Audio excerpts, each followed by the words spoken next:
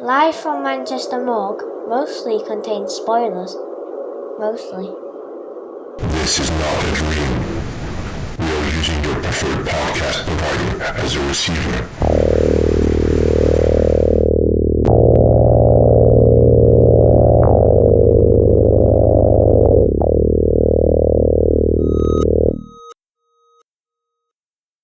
Hello, welcome back to Live from Manchester Morgue. I'm Gary, taking a break from desecrating graves. To join me tonight, as always, is our Ken. Ken is here. Hello, Ken. Hello. Thanks for tuning in. We are a horror film podcast, and we take a look back at some of our favourites, usually, that we've come to realise have something of a link and would make for a fantastic double bill. Not just an okay double bill, really good one. The films are usually in the episode title, though, so if you want to save yourself an hour, you can just read that and then go about your business. What was that film? Real life. What was that film with Dominic Monaghan and Andy Serkis? Simon Lord Pegg. No. The one where they robbed graves. Oh, Burke and Hare. Yes. Oh, that was good, that. Yeah. What's it, Dominic Monaghan? It was Andy Serkis was one of the grave robber with Simon Pegg. Yeah, Burke and Hare. Real grave robbers. Yeah. Yep. Apparently responsible for inspiring Mary Shelley to write Frankenstein, I believe. Because I went on a ghost walk in Edinburgh one year and the woman told us that. Oh. Very exciting. And we can talk about Frankenstein because I've seen it now. Oh, we can? Oh, yeah. Good. Hang on, let me finish my introduction. I've written a good one. Before we go on, it is recommended that you watch the films first that we're going to cover tonight because we go heavily into the spoiler zone for these. One has a genuine spoiler as well. I think Jacob's Ladder, I'm going to talk about the ending and how much I don't like it. Yeah, I mean, they're quite old films, so we recommend you watch them first. Yeah. But yeah, watch these bangers, and if you feel inclined, share the show around, give us a thumbs up, a rating, a comment, subscribe, follow, whatever you do, because it really helps us be visible to other people and increases our listenership. And this week, we're talking about Jacob's Ladder and Silent Hill. Silent Jacob's Ladder. Jacob's Hill.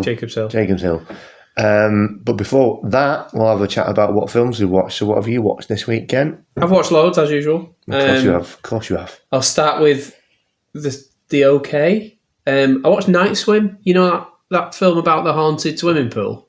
Well, I guess it couldn't be about much else, could it? So it's a Blumhouse joint. It's a few years old, that, isn't it? Last year. Was it only last year? Yeah, time has no meaning. Wyatt Russell, Kerry Condon, two great actors for the protagonist. I'm thinking of Swim Fan. That's a good film as well. But older than that. Yeah. Yeah, that's what I was thinking of. Sorry. No, Night Swim is the one. It's funny because the only person that seemed to like it was Stephen King, and it's a very Stephen King-esque story. It's about a pool that is haunted because it's on like an old spring, like an old Native American summit. Something he'd write because his thing is picking an object and making it haunted a lot of the time. Yeah, so that's why did they not spoof that in Family Guy where he was doing a pitch to a producer and he got the lamp off the desk and started going, "Whoa, a scary lamp." That was that The Simpsons? No, that was Family Guy. You're right. Yeah. And he goes, "Nah." Yeah. Although there is another Stephen. He has a cameo in The Simpsons where he's not writing a horror novel and he describes to Marge what he's writing and it's just a horror novel. But yeah, Night Swim, it's okay. It's not like everyone said it's like the worst horror film of that year. It's not. It's pretty okay. It's the sort of weird horror film you'd get like in the 70s and 80s that had like just a weird plot. And that's funny you should say that because I was going to say that about something that I watched, but I'll let you finish first and we can go on to that. And the other things I guess that I watched was we'll go for the middle and then we'll go for the amazing. Actually, the middle is kind of amazing. I watched the Gamera trilogy, the Heisei trilogy. Oh, Gamera, yeah. So I watched the Big Turtle Lad, the trilogy from the night of the Big Turtle Lad. Because I love kaiju movies and I've never watched. Yeah, I watched Gamera the Brave a few years ago with my kid. Yes, there's updated versions, like God, cats causing chaos in my house again. Yeah.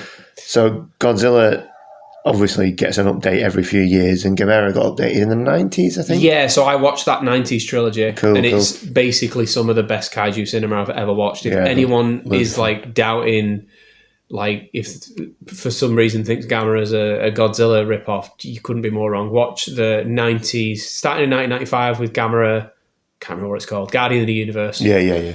Gamma Attack of Legion, and then yeah.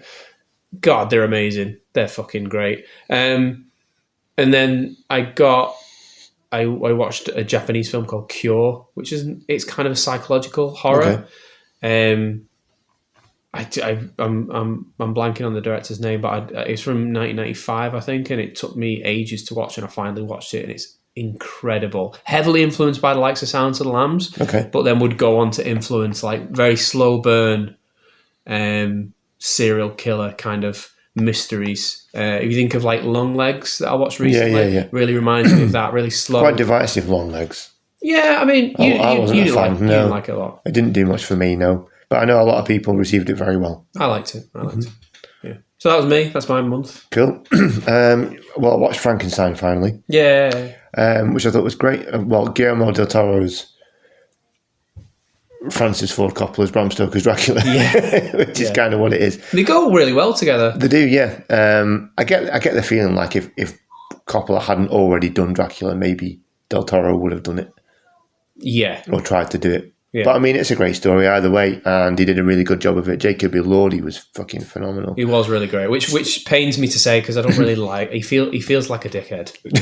But that's based just, on what? I don't know. He's like a popular it person at the moment. I don't really know him. I've not seen him in anything else, so I don't know. He's all over my Instagrams, and I don't. That's your algorithm, mate. That's not his fault. Yeah, my algorithm really wants me to see Jacob Elordi. Yeah, because you probably did a message about Frankenstein on there, or a post about Frankenstein, and it's just feeding you everything to do with him now. Yeah. Do you know what? It's kind of petty actually. It's similar to how I used to get annoyed when Leonardo DiCaprio was like in his Titanic phase. Everyone like loves them, and you see like posts about Jake Lloyd, like, oh my god, he's a god and he's so handsome and everything. It's like, think about the acting. He's actually a really good actor. Yeah, like, you don't have to keep saying how beautiful his eyes are. Yeah, it's fair. He is a great actor. Yeah, let's face it. Everyone had Leonardo DiCaprio on all the girls and boys had him on their wall. He was everywhere, and I'm like, he's the best actor of his generation. People, let's stop thinking about aesthetics. But yeah, that's why it annoys me. Yeah, fair enough. Yeah, so Frankenstein was great. Lots of nice homages as well. I messaged you, didn't I? There's that direct lift from the 57 Hammer version where he gets shot in the eye. Yeah. And he lifts his hand up to cover it and all the blood spurts out, which is what happened to Christopher Lee back in the day. Yeah, great film as well. Great adaptation. I noticed Elizabeth, Mia Goth's character, when she... Spoiler alert for Frankenstein, because it's quite new. Yeah. When she dies, inevitably, the dress she's wearing, her arms look like bandages. Oh, that's cool. I noticed that as she was carrying her away, like her arms looked like the bandage because of the dress, like the bride. Oh, yeah. So you reckon that's like a riff on... I think so, yeah. Because I think it's... I can't... I've not read it, I don't think so. I'm not sure where the bride comes from in terms of whether Bride of Frankenstein is something that happens in the original novel as a bit of it. Because I know that he does want a companion out of it in the novel, because that's covered in several of the films. Yeah, I can't remember what happens in I haven't read the book since Christ, I was in college. No, I've never read it. I need to read it. I should read it. And as for the films, I get so fucking mixed up now because there's different takes on it. Like there's that new Christian Bale film that's like Bonnie and Clyde, but with Frankenstein and Bride. He's got a tattoo in there, hasn't he? Yeah. And there's Lisa Frankenstein from last year, which I still haven't seen. Yeah, and there's also... Oh no, I'm getting confused. I watched a Bernard Rose... Mary Shelley's Frankenstein. Mary Shelley's Frankenstein. I watched Bernard Rose's Frankenstein recently. Frankenstein Unbound, I think it's called. Oh, right. Yeah, I only watched it because it's Bernard Rose, he's a Candyman, so... Yeah, that's really good. Cool. Fruaca, the Irish one. I watched Ash Clark's folk horror weird one. That's really good. Yeah, I enjoyed it. It was a little bit too long for me. A little bit too slow burn. I like the atmosphere. I feel like, it was obviously very heavily influenced by folk horror films from, I think Ash Clark's only sort of like 40-ish, roughly the same age as us. So I suspect she's influenced by a lot of the films that we would consider to be classics of the genre, like Wicker Man and such. Yeah. Because there's all folky masks in it and things like that. Folky masks, showing my film scholar values there. But yeah, I reckon if it's one of them, if it had been made in the 70s, it would be regarded as a classic of its genre. And I think, like you get sort of the BBC did weird things around that time, like the Stone tapes and like BBC style, like sort of horror dramas. Yeah, So there was the Stone Tape, and there was wasn't like it's Quatermass Hammer. Quatermass, yeah. Quatermass was BBC, right? Yeah, I think so. I think they might have done Hammer as well. I can't remember, but that sort of thing. Yeah. It felt like that kind of vibe. I felt like it could pass as like a ghost story for Christmas. Yeah. That, you know, them really old 80s ones. It felt like that. So yeah, brimming with atmosphere. Leads were great. Claire Monley, Breeding Acton were great.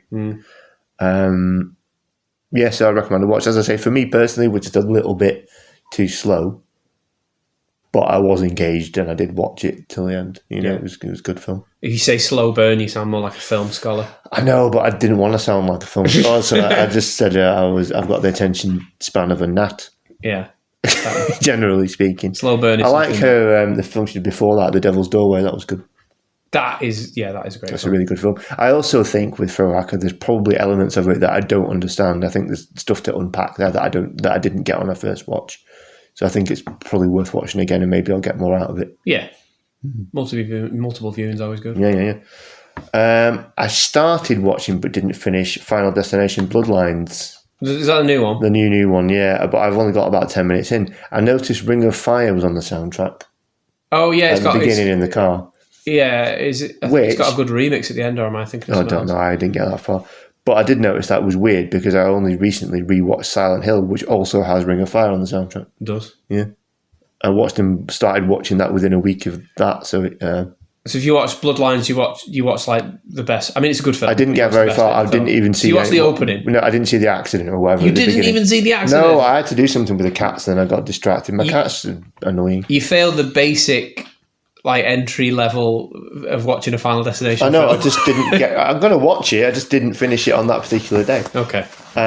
Responsibilities. Anyway, I haven't got any news. However, I noticed on the old algorithm today that we have got some new followers over the last few weeks. I mean, not many, but like maybe 3.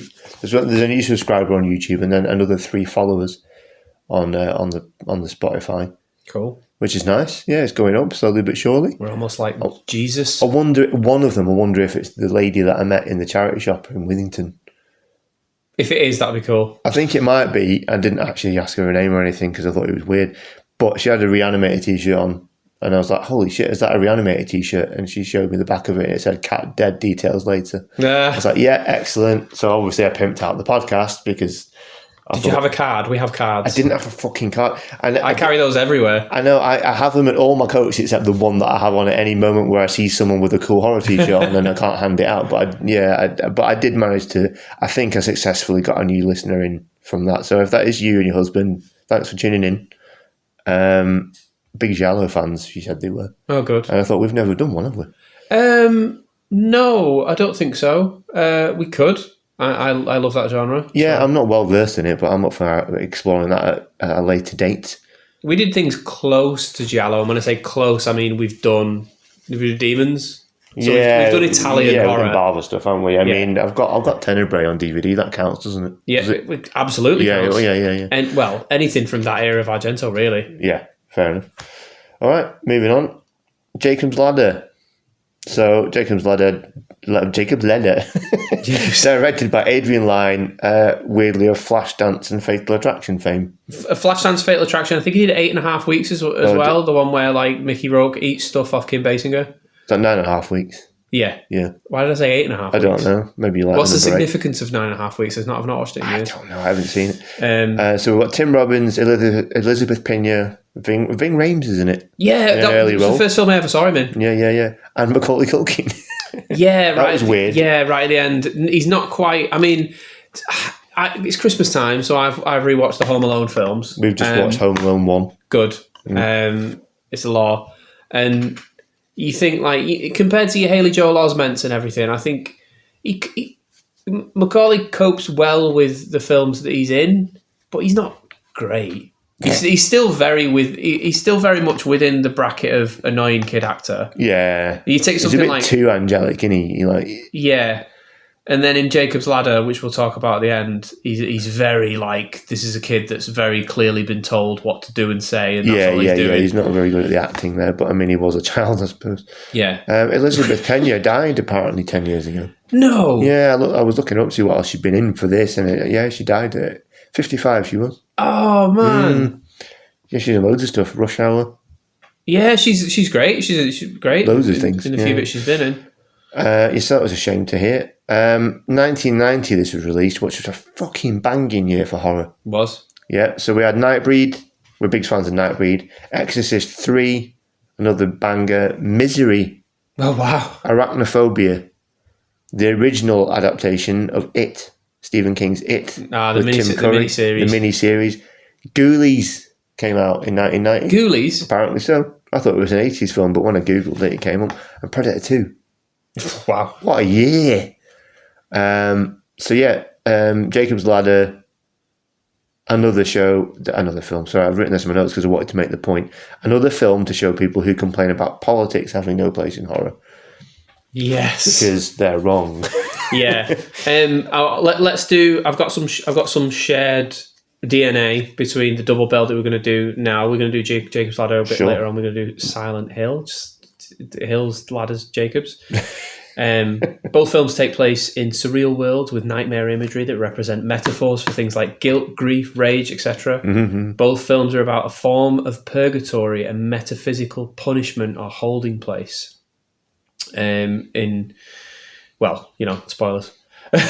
But Jacob's Ladder is the biblical. It's quite literally the connection between heaven and earth. It's a ladder. Sure. But it also has significance in the film in that it's the name of a drug. So you were just talking about politics. Would you like a little history lesson on MK Ultra? Yeah, sure. Well, let's dive into that. Go on. So one of the main conceits of Jacob's Ladder, as the plot turns out, I did read about this as well when I was rewatching it. Okay. It's quite heavily based on the MK Ultra trials from kind of Vietnam era America, which is if anyone watches it, the pre-credits, at the end, what it says, the drug that they were trialing on GIs, that's what it's about, MK Ultra. Yeah. It was a covert CIA program from 1950s to the 1970s, tested mind-altering drugs, hypnosis, sensory deprivation, and psychological manipulation on unwitting subjects to explore methods of interrogation and control. Experiments often violated ethics and consent, targeting vulnerable groups, including psychiatric patients, prisoners, and military personnel. The program's scope became fully known only after investigations in the 1970s revealed destroyed records and systemic abuse. The Edgewood Arsenal experiments were part of that. Yeah. And the drug in the film, BZ, was specifically one of the actual drugs in real life used on these soldiers. Nicknamed the Ladder.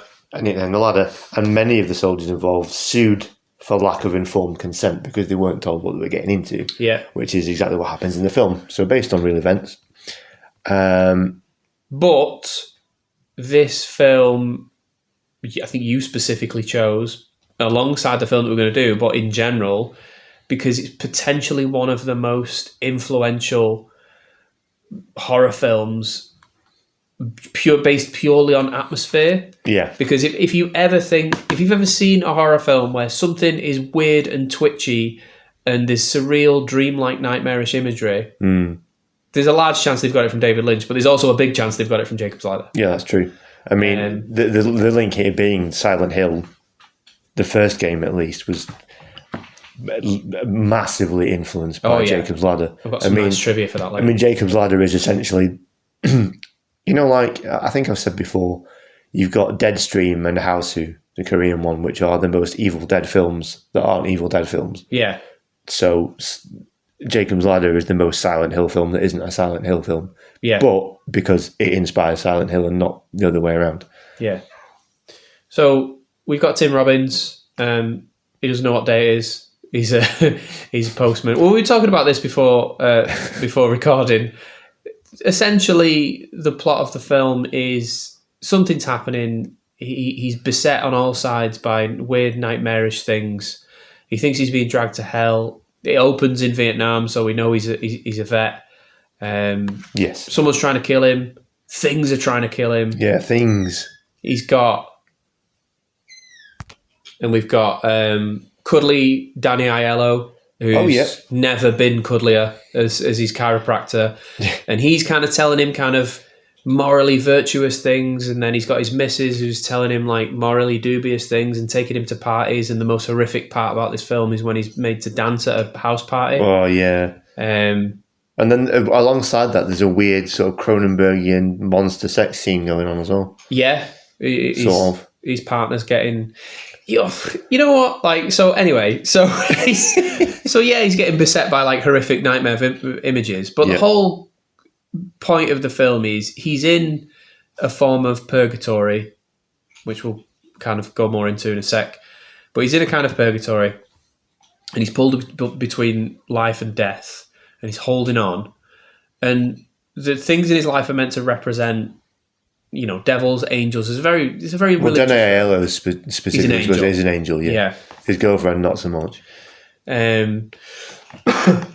But we said that, but she's fine. There's a bit where in this film, his character, it transpires that he's got children. One of his children has died in a horrific car accident. Yeah. And there's a bit where he finds a picture of his dead kid, Macaulay Culkin. Yeah. And he starts crying over it, and then his girlfriend gets really angry and throws all his photos in the fire because she doesn't want him to be upset by it. That's not nice. She doesn't want to remember, like she doesn't want him to dwell on the past. No, but I don't think that's the way. I think throwing pictures of someone's dead child in the fire is really the best way to get someone, that to help someone who's clearly grieving. I feel like she could have dealt with it in a more constructive manner than burning Macaulay Culkin's image. I think he's called Gabe. Is the kid called Gabe? Oh, it might be, yeah. So hence the angel Gabriel. Right. I'm just getting that now. Oh, yeah, look at that. I'm dumb. I'm not a cinephile, me. So, yeah, I think I've read into this, and I think the writer and the director wanted her to be... She's called Jezebel, isn't she? Another religious name. Well, I can't remember now. Wanted her to be both a devil and an angel. Like, she wants him to stay in this holding state, but she's not necessarily going to cause him harm. She just wants him to stay. Because it's about... The big quote from the film... which Danny Aiello's chiropractor angel says. I know you're going to say, yeah. Yeah, if you're frightened of dying and you're holding on, you'll see devils tearing your life away. But if you've made your peace, then the devils are really angels freeing you from the earth. It's just a matter of how you look at it. Yeah. So she's not bad, really. I think... Taking that in that context. Yeah, I think the film's meant to present things... What's his name? What's Tim Robinson's name? Should we just say Jacob? I don't even know. You know what? I've only watched it last week. Oh, yeah, Jacob, of course. Well, it's called fucking Jacob. And he's Jacob and he takes the ladder. He's Jacob, he takes the ladder. Why do we not just put that together? He takes the ladder, but he's also taking the ladder between heaven and earth. Oh, anyway. Look at you cinephile. Don't say that about yourself. So, yeah, it's quite an early example, given 1990, of the eventual twist ending that he was dead all along. Yeah, spoilers. Which, M. Night Shyamalan wasn't the first one to do that. Nope. But it's also... Well, what did he do it in? Sixth Sense. Don't spoil Sixth Sense. Some people might not have seen it. Oh, right, yeah. Someone spoiled that for me. Someone spoiled it. Oh, you're joking? In school. I was in school and one of the kids spoiled it. That's a piece of shit thing to do. But yeah, you're right. It wasn't the first. But there probably might be films that precede Jacob's Ladder to do it. No, there is, but like it's an earlier example of that would then go on. But what I think Jacob's Ladder popularised was the mood and the atmosphere. Like there's choices here of imagery that I think had never really been done in that way before, and it's obviously had enough of a ripple effect in culture that the Japanese, who in the late 80s and 90s were looking to the West to form the next phases of their culture in video games, in music. And I mean, they've done this throughout history, the Japanese, but in the 80s and 90s, they looked to the West for their kind of design. Yeah. And they've noticed this, and a lot, which we'll go on to when we're talking about the next film, a lot of that comes from Jacob's Ladder. Yeah, sure. I think the trivia I have is around the games. Well, actually, yeah. I mean, obviously they're massively linked. And I didn't realise how much, because I think I've obviously watched Jacob's Ladder when I was a younger man, and then played the Silent Hill games. And You were younger once? You wouldn't believe it, would you? But I was at one point, not this grizzled, gnarly thing you see before you. It's all right, you wear a mask, so it's fine. So there's literally the opening of the film, after the Vietnam opening, he gets lost in a subway station. Yeah. And can't find his way around. You mentioned this, yeah. There are locked doors where he can't get through. He eventually nearly gets hit by a train. And all of those events in the subway, including nearly getting hit by a train, are directly a scene which appears in Silent Hill 3. She literally gets lost down a subway, can't find her way out. Something pushes her onto the track, but it's a bit in the game. You can actually get hit by the train unless you run very quickly in the opposite direction and climb back up. Push the stick and press Yeah. So there's that. An extra bit of trivia for me. I recently read the book Itchy Tasty, which is really good. I'm blanking. As in Resident Evil? Yeah. So it's the unofficial history of Resident Evil. What it really does, it covers the prime. Tasty. Yeah. What a great name. It covers the prime of the Resident Evil franchise in the select few people, Shinji Mikami, Hideki Kamiya, those people came up, kicked the franchise off and then brought it to its peak, which was Resident Evil 4, and then kind of left and it got taken over by other people to go in. So an early build of Resident Evil 4, which is pound for pound for me the best in the series and one of the best games ever made, and one of the most influential games ever made, was heavily based on Jacob's Ladder. So when they were in development with Resident Evil 4, Silent Hill was kind of I think it was at Silent Hill 2, which is obviously influenced. Jacob's Ladder was an influence on Silent Hill. Jacob's Ladder influenced an early build of Resident Evil 4 called Hallucinations, which I think you can get a video of, or you might be able to get a playable build online. Okay. And that would be Leon, instead of going through a Spanish village and roundhouse kicking ganados, he would be in an old clock tower-esque castle, seeing visions in Jacob's Ladder and fighting them. Fucking more scary. But yeah. I loved Resident Evil 4, but I didn't find it scary. And I really enjoyed killing, what's that little knobhead called? Salazar. Oh, he's such an annoying Ramon shit. Mr. Kennedy. Oh, fuck you, Salazar. Glad you're dead. Yeah. Anyway. So, we love video games, and two of the most influential franchises ever, Resident Evil and Silent Hill, have DNA of Jacob's Ladder weaved in there. Yeah, fair. They all influence each other, don't they? It's all kind of a bit circular. Yeah. Bit incestuous, if you will. Incestuous. Culturally incestuous. So there's a line in Jacob's Ladder, which, if we're just doing a bit of trivia, he gets put in an ice bath at one point because he's not very well. He does. And there's a bit where he screams, "Stop it, you're killing me." Yeah. Which is the name of a song by the Irish alt punk band Therapy. Oh, yeah. It's on Trouble Gum, I think. He needs therapy, Jacob. Yeah, but "Stop it, you're killing me" has got to be a line from that, right? Yeah. He's got to be, the song title has to be a reference to the film. They should have sampled it. Maybe they do. I haven't listened to it for ages. I always feel, I watched Jacob's Ladder when I was quite young, as usual, when I shouldn't have. And I always felt sorry in that scene for the people that were helping him, because he's a little old lady there and she's putting, she's giving the sign of the cross on him and stuff. And he's just shouting and yelling. I'm like, they're trying to help you, bro. Should we move on to Silent Hill? Yeah. So Silent Hill, obviously, the link between these two films is that you can't have one without the other, in a way. Yeah, quite literally, yeah. But weirdly, it's and when I was reading about this, it's quite a loose adaptation of the first game, with elements of some of the other games in it, is Silent Hill. Christoph Gans directed it. You got Rada Mitchell, Laurie Holden, Sean Bean. He didn't do the pronunciation. What, Christoph Gans? Yeah, but you usually do it with a bit of Christoph Gans. Yeah. Christoph Gans. Yeah, that's better. Sorry, everyone. I'm going to say some Japanese names soon. So. Sorry, garage pronunciation fans. Yeah. Rada Mitchell, Laurie Holden, Sean Bean. He's got a weird accent in it. I hate it when so I've got in my notes, American Sean Bean. It's like a shit Boston accent or something. I don't get it. They did it to Sean Bean and they did it to Jason Statham when they first cracked into Hollywood. They were like, just do an American accent. It doesn't matter how shit it is. Yeah, then they were actually say, let's not do that anymore. Yeah. So, hence Jason Statham sounds like he does now.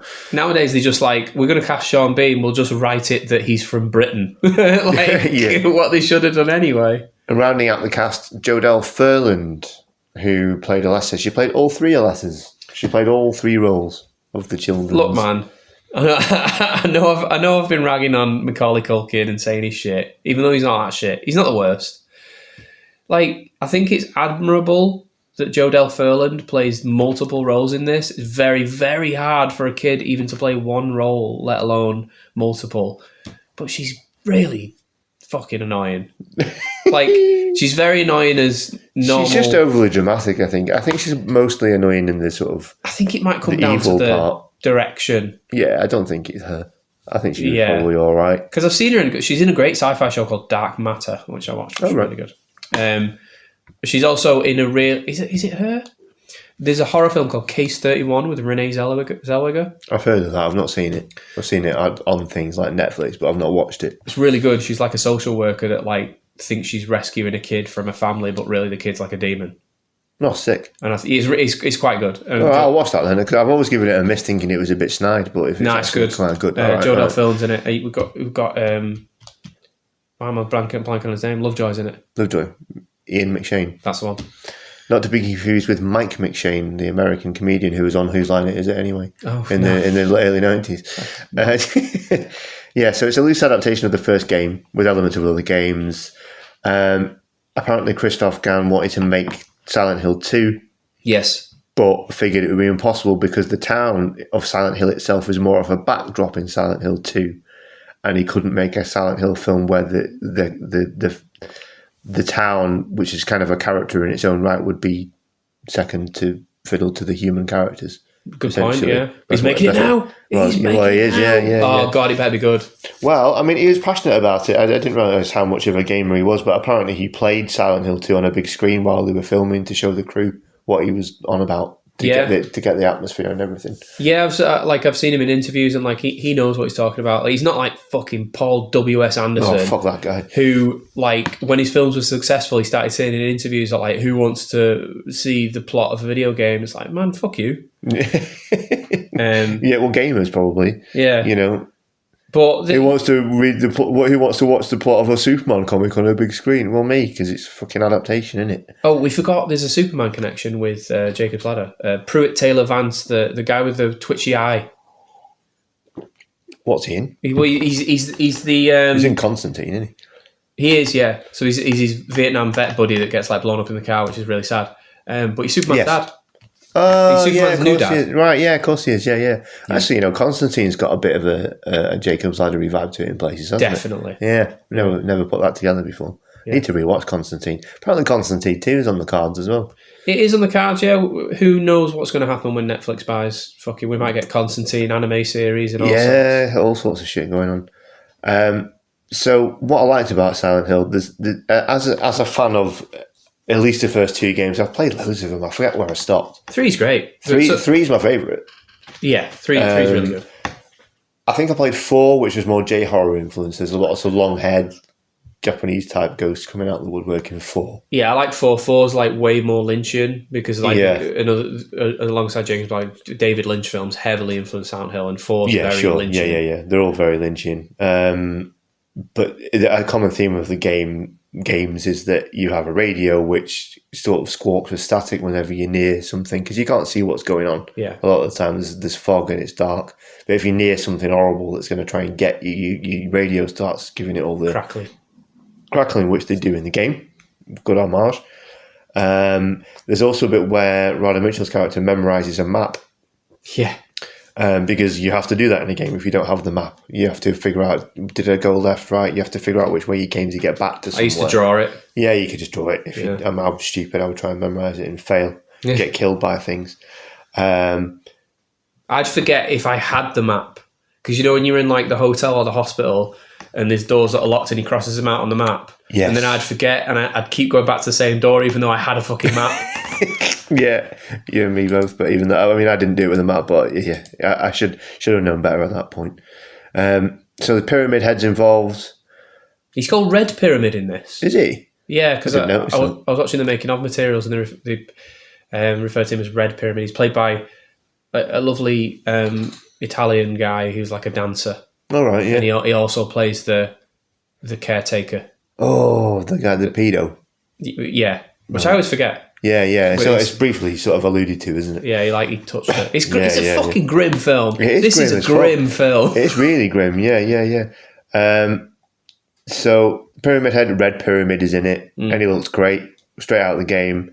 Nurses, classic Silent Hill nurses are in there. And here's the thing, I don't know if you'll remember this, right?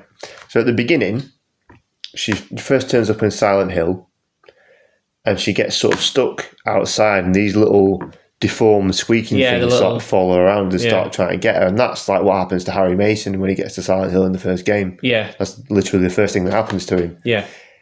In the demo, they changed it, I'm sure. If anyone can correct me on this, I could Google it, but I'm not going to. I'm going to leave it up to the listeners this time. I had a demo of Silent Hill before it came out. I remember the days of demos where you get a CD with a bit of a game on it and you could play it until the bit of the game ran out. Yeah.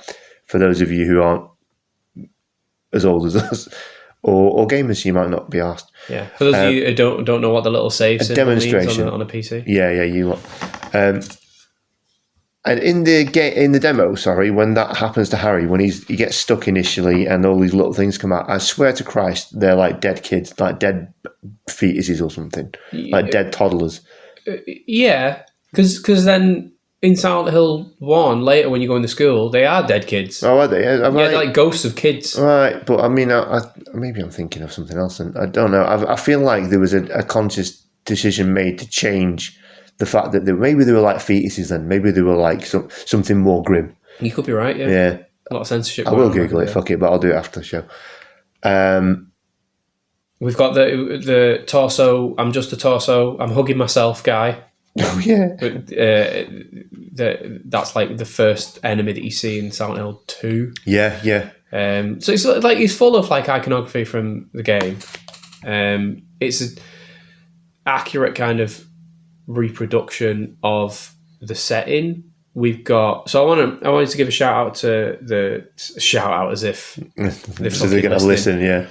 But the Team Silent, so the heyday of the Silent Hill is 1 to 4. A lot of people don't like 4, but 1 to 4 is the heyday, and those are fair. The ones that Team Silent worked on. So we've got Keiichiro Toyama, the director, Masahiro Ito, the art design guy, Akira Yamaoka, who did the music, who also does the music for both this and the upcoming sequel, and Hiroki Owaku, who does the script. So that is kind of the core Team Silent. Can I just say, well done on those pronunciations. I know you are learning Japanese. Yeah. But the pronunciation fans and among the audience will be having a right old time with that. Not as good as your French ones, but well, I don't know. So those are the guys. Like I wanted to kind of cite Yamaoka's in particular because it's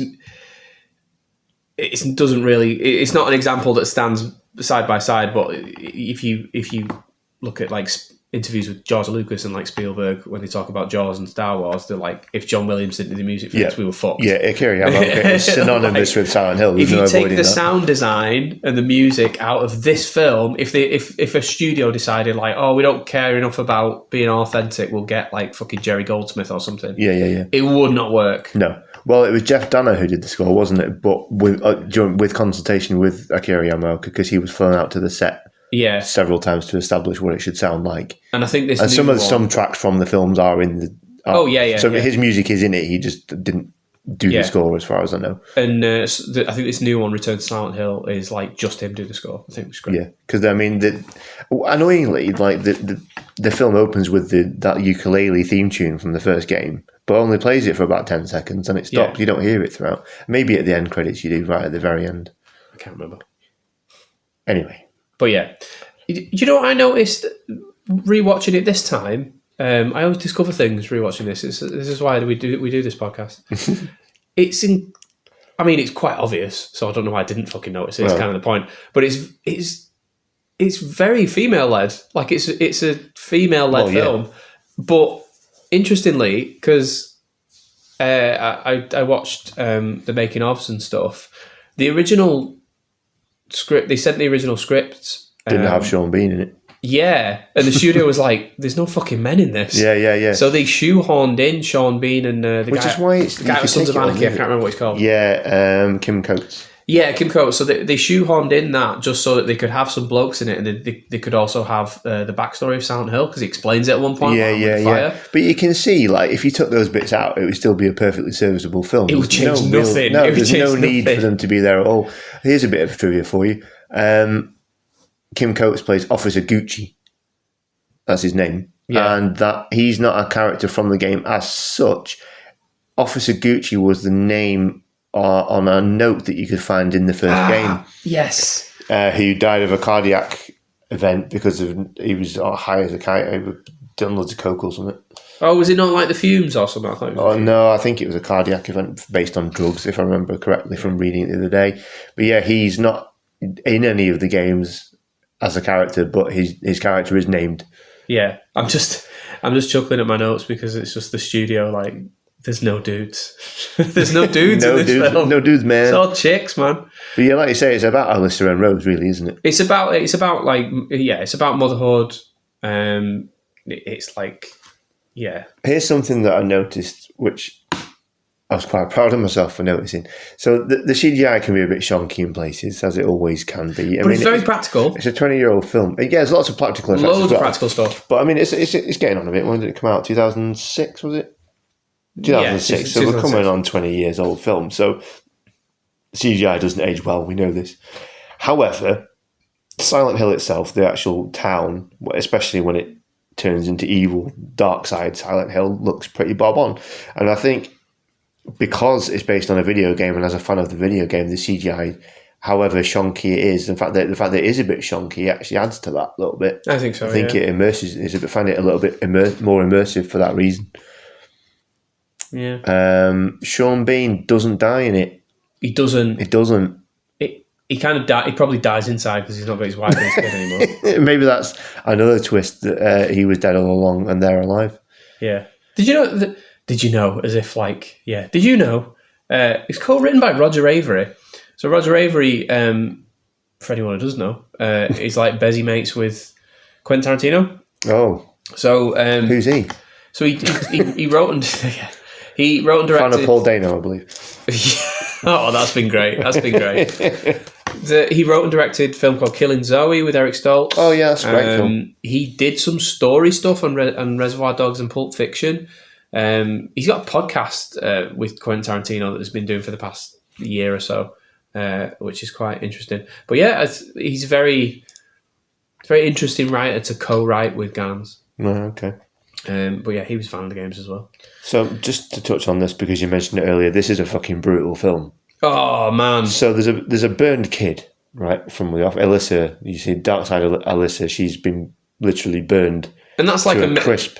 It's a main part of the plot. Yeah, so like it's not like it doesn't shy away from it. Yeah. Sybil Bennett, the cop from the first game, is in it, and she gets burned as a witch. In close up. In close up, and it's the same sort of method of burning a witch as they do in Witchfinder General, where she's lowered up from a ladder, lowered slowly onto the flames at the top of the ladder, which was real, by the way. So like you're talking about like shonky CGI and stuff, like her face burning's like CGI. Well, yeah, but they had her strapped to that thing and they were over real flames. So like one thing goes wrong and she's on fire. Yeah. There's an excellent bit where I think Pyramid Heads only kill. Oh, we save it to last. Right? Well, there's not much else. Well, I don't know. I wanted to talk about the barbed wire bit. I always forget the barbed wire bit. Yeah, that's crazy. Because it's Evil Dead, isn't it? Like, I suppose it is. Yeah. So if you haven't seen the film, essentially what happens is the evil matriarch of this cult who lives in Silent Hill, who've kind of orchestrated a lot of these terrible events. Eventually, the all-powerful demonic version of this little girl, who's been very hard done by, comes back and uses barbed wire to how would you say it? Telekinetically. Yeah. She's telekinesis kind of abilities to use barbed wire to sort of whip around and start murdering everyone. And she gets this matriarchal figure and suspends her midair and opens her legs up and then goes up. Goes up? Up and out, yeah, and then that's the end of her. So it's pretty grim. pretty grim. It's I don't want to say that sort of violence is like fun, but it's the sort of horror movie violence that makes you laugh because it's that. I mean, it's quite over the top as well, but it's like oof, yeah. And then so this is. Are we going to go for the end one? Yeah, this is the big one. This is one of my all-time favourite kills. It's fucking incredible. You tell it. It doesn't even really make any sense. Well, I mean, physically. if you've seen the film, you know which one we're talking about. Pyramid Head kills all of one person in this. But it does. I mean, to be fair, it's the best kill in the world, so they don't need to do any more. They've proven themselves by this point. When they're out in Silent Hill before it goes to Dark Silent Hill, they meet like a really fucking annoying girl who's part of this cult. She's part of this cult. Brainwashed idiot. Yeah, and then they get back to the church. She's like, "Go back to the church. There's sirens, and they won't get you in the church and all this stuff." She obviously can't run fast enough. And then Pyramid Head grabs her. Ooh. He grabs her by the throat, and then he just grabs her, and he grabs a fist of all her clothes and flesh, and just rips all her skin off. Grabs her entire front, twists it.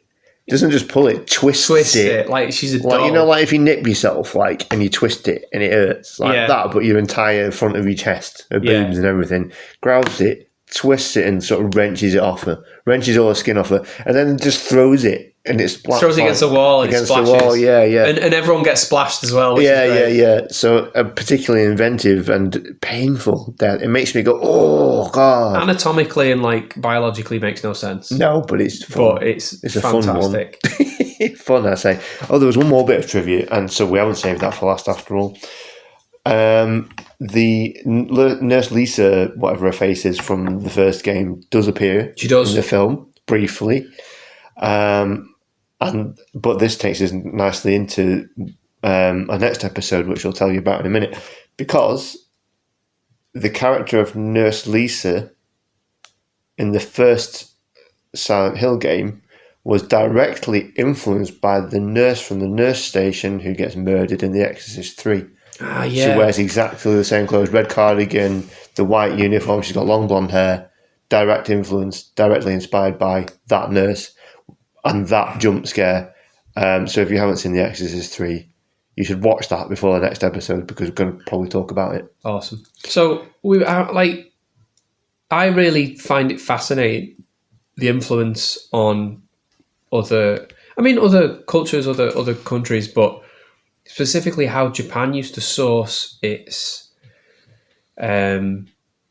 entertainment that it wanted to kind of like track overseas. So Silent Hill's a really fun one because an extra bit of trivia about Silent Hill, the game, is the school is modelled off the school in Kindergarten Cop. No way.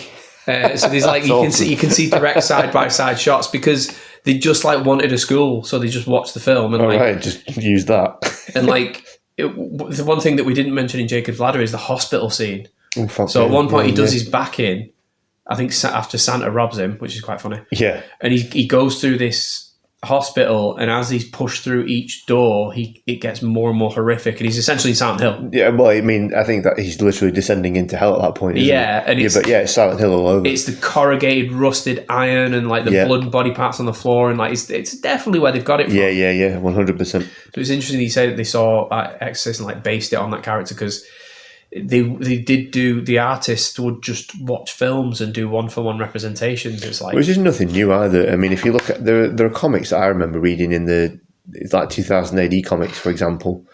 I specifically remember there were artworks involved in some panels that were lifted from like 70s Hammer films. Yeah, there was one called, I think it was called Brigand Doom. There's a character in that, and there was. I think he fight a vampire or something, and the vampire ends up impaled backwards on a stake, and it's literally, it was lifted directly from one of the Peter Cushing, Christopher Lee Dracula films. The artist obviously thought, I need some inspiration for this. I'll watch a Hammer horror film. I love that stuff. Yeah, it's great, and why not? So we'll wrap it up there, I think. Tune in next time. We've got one more episode before Christmas. It's going to be nothing to do with Christmas at all. Yeah. But it is going to be religious. We're going to be talking about The Exorcist and The Omen, and we're going to be joined by special guest author Matt Rogerson for that one, who knows a thing or two about that sort of thing. or two. I've had to read a book because of this. Yeah, good. Yeah. Well, Ken's read his book. One of Yeah. them. He's got a few books, but I'm sure he'll tell us all about them next I'm not week. reading them all. No. We should be back, probably next week. So enjoy yourself until then. Watch the films. Have a good time. Oh, wait a second. 0 cats in either of the films we talked about tonight. No cats anywhere to be seen. Are you absolutely sure? Yep. No cats in Jacob's Ladder? Nope. Oh, wow, okay. Anyway. Right, see you next time. Take care. Bye-bye. Live from Manchester Morgue is an independent horror movie podcast, researched, written, produced and hosted by Gary Hames and Ken Talbot. New episodes air every 2 weeks on Spotify, Apple, YouTube and all major podcast providers. You can help us grow by leaving a rating or sharing the show with like-minded friends. If you want to get in touch, you can leave us a comment or email us at killertunes976@gmail.com.